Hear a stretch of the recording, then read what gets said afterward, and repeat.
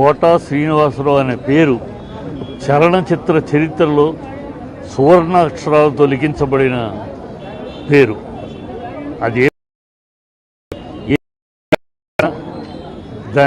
దానికి ఒక జీవం పోసి ఆ పాత్రని ఘనంగా నిలిపిన మహానటుడు ఇలాంటి మహానటులు, ఇలాంటి గొప్ప నటులు అరుదు. అలాంటి అరుదు నటుల్లో ఒక ఎస్వి రంగారావు గారు, ఒక నాగభూషణం గారు, ఒక కోటా శ్రీనివాస్, ఇలాంటి చాలా అరుదైన నటులు. ఆ మహానటుడితో నాకు చాలా అనుబంధం ఉంది. నా సినిమాలన్నింటిలో, నా డైరెక్షన్ సినిమా, నా సొంత సినిమా ఆయన లేకుండా సినిమా ఉండేది కాదు.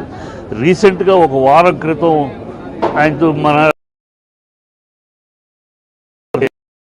అన్నాడు, చాలా గొప్ప మాట.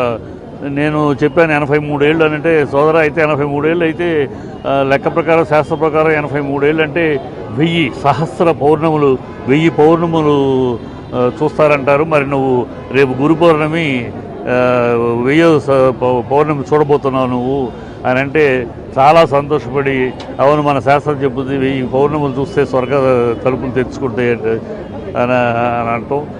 కరెక్ట్గా గురు పౌర్ణమి అయిపోయింది. 1000 పౌర్ణమి చూశాడు ఆ పుణ్యాత్ముడు. చూసి పుణ్యలోకాలకు వెళ్ళాడు. అతను స్వర్గం తలుపులు తెరుచులు ఉంటాయి. అతను మహానటుడు. అతనికి నాకున్న బంధం సోదరా అని తప్పితే నేనాడు పేరు పిలిచి చిట్టి అని పిలిచి ఎరగడు. నేనేనాడు కోటా సోదరా మా ఇద్దరి మధ్య బంధం అది. ఎప్పుడో ఇండస్ట్రీకి అతను మెడ్రాస్ వచ్చిన మొదటి రోజుల నుంచి, అప్పటి నుంచి ఉన్న పరిచయం, ఎంతో బంధంగా ఉండేవాడు. ఆ అనుబంధాన్ని తలుచుకుంటూ ఉంటే ఆ సొంత సినిమా, అది భోగిమంటలైనా, అది రైతు భారతం అయినా, అది గెలుపు అయినా, నేను అసిస్టెంట్గా పనిచేసే సినిమాలు అయినా, మా సొంత సినిమా అన్నింటిలో తను లేకుండా మా ఇంటర్ స్క్రిప్ట్ ఉండేది కాదు. ఎందుకంటే అతను మా నటుడు. అతను క్యారెక్టర్ పెట్టుకుంటే ఆ క్యారెక్టర్కి జీవం పోస్తాడు అనే నమ్మకం ఉండేది. అంత గొప్ప నటుడు కోల్పోయాం. మనం కోల్పోవటం, వాళ్ళ కుటుంబ సభ్యులు కోల్పోయి, ఈ తెలుగు చలనచిత్ర పరిశ్రమ ఒక మహానటుడిని కోల్పోయింది. ఒక గొప్ప నటుడు, మళ్ళీ రీప్లేస్మెంట్ నటుడిని కోల్పోయింది. వాళ్ళ కుటుంబానికి, ఆయనకి నా ప్రగాఢ సంతాపాలు తెలుసుకుంది. పద్మశ్రీ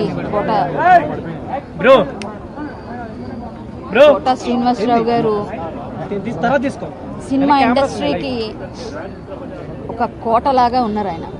ఆయన లేకుండా ఏ క్యారెక్టర్ని మనం ఊహించుకోలేం. ఏ సినిమా ఏ క్యారెక్టర్ చేసినా అందులో పరకాయ ప్రవేశం. ఆయనతో ప్రత్యేకమైన అనుబంధం ఏంటంటే, ఆయనతో కలిసి సినిమాలు చేయటం. సినిమా చేసేటప్పుడు శుక్రవారం నాడు ఒక సినిమా చేస్తున్నాం, ఇదే ఫిల్మ్ నగర్లో షూటింగ్ అవుతుంది. ఆ చివర ఆ రోజు శుక్రవారం నా రెమ్యూనరేషన్లో ఇదిగోండి అని చెప్పి మాకు అందరికీ, ఆడవాళ్ళందరికీ 500 రూపాయలు నోట్ ఇచ్చి, మీరు దాచుకోండి, మీకు మంచి జరుగుతుంది, మీరు గాజులు వేయించుకోండి అని చెప్పారు. మంచి సంస్కారం, అసలు తెలుగు భాషాభిమానం. నేను ఎప్పుడు రెగ్యులర్గా వస్తాను వాళ్ళ ఇంటికి, రెగ్యులర్గా వచ్చి ప్రతి పుట్టినరోజుకి వస్తాను. మామూలుగా కూడా ఇటు వెళ్తుంటే వస్తాను, ఎందుకంటే పెద్దవాళ్ళని పలకరించాలి. ఆయన నన్ను పిలిచి పాటలు పాడించుకొని విని కళ్ళ వెంట నీళ్లు కార్చి, అంత బాగా పాడావే కళ్యాణి అనేవారు. నేను ఒక సీరియల్లో విలన్ వేషం వేస్తుంటే నాకు అతిపెద్ద అవార్డు అని ఫీల్ అవుతాను. ఆయన ఫోన్ చేసి, చాలా బాగా చేసావు వేషం కళ్యాణి, నువ్వు చాలా మంచి విలన్గా, హీరోయిన్లకి ధీటుగా సీరియల్స్లో బాగా చేస్తున్నావు, నువ్వు సినిమా అటు బుల్లితెర ఇటు వెండితెర అని చెప్పి నన్ను అప్రిషియేట్ చేశారు. నాకు నంది అవార్డు వచ్చింది అదే సీరియల్కి. కానీ ఈయన ఇచ్చిన కాంప్లిమెంట్ నేను ఎప్పటికీ కూడా అలా ఫోన్ రికార్డ్ పెట్టుకున్నాను. మొన్న కాల్ చేసి, ప్రతి పుట్టినరోజుకి వస్తాను, ఈరోజు నేను విజయనగరంలో ఉన్నానండి గురువుగారు, మళ్ళీ వస్తానని చెప్తే, వచ్చాక వద్దులే ముందు పని చూసుకో అన్నారు. రాగానే ఇలా అయిపోయింది. కానీ నేను ఫేస్బుక్లో పోస్ట్ పెడితే అది వేలల్లో వెళ్ళిపోయింది. ఆయనకున్న అభిమానులు అలా ఉన్నారు బయట. ఈరోజు ఇంత బాధ, మా ఆర్టిస్ట్ ఇండస్ట్రీలో ఆయన మాకు ఒక లెజెండ్, ఒక రీప్లేస్మెంట్ లేని నటులు ఎవరైనా ఉన్నారు అంటే అందులో ఫస్ట్ ప్లేస్లో ఇప్పుడున్న తరానికి కోటా శ్రీనివాసరావు గారు. ఆయన నిక్కచ్చిగా మాట్లాడతారు, ఎవ్వరి వెనకోటి ముందు ఒకటి మాట్లాడే అలవాటే లేదు. మొహం మీద చెప్తారు, మొహం మీదే తిడతారు. అటువంటి వ్యక్తి లేకపోవడం ఈరోజు తీరని లోటు, చాలా చాలా బాధాకరం. వారి కుటుంబానికి ప్రగాఢ సానుభూతి, వారి ఆత్మకు శాంతి చేకూరాలని కోరుతున్నాను. We miss you sir. భగవంతుడు అంటే వయసు ఇచ్చి అందరినీ పునరపి జననం పునరపి మరణం, మళ్ళీ వెళ్ళిన వాళ్ళు పుట్టక తప్పదు, పుట్టిన వాళ్ళు గిట్టక తప్పదు.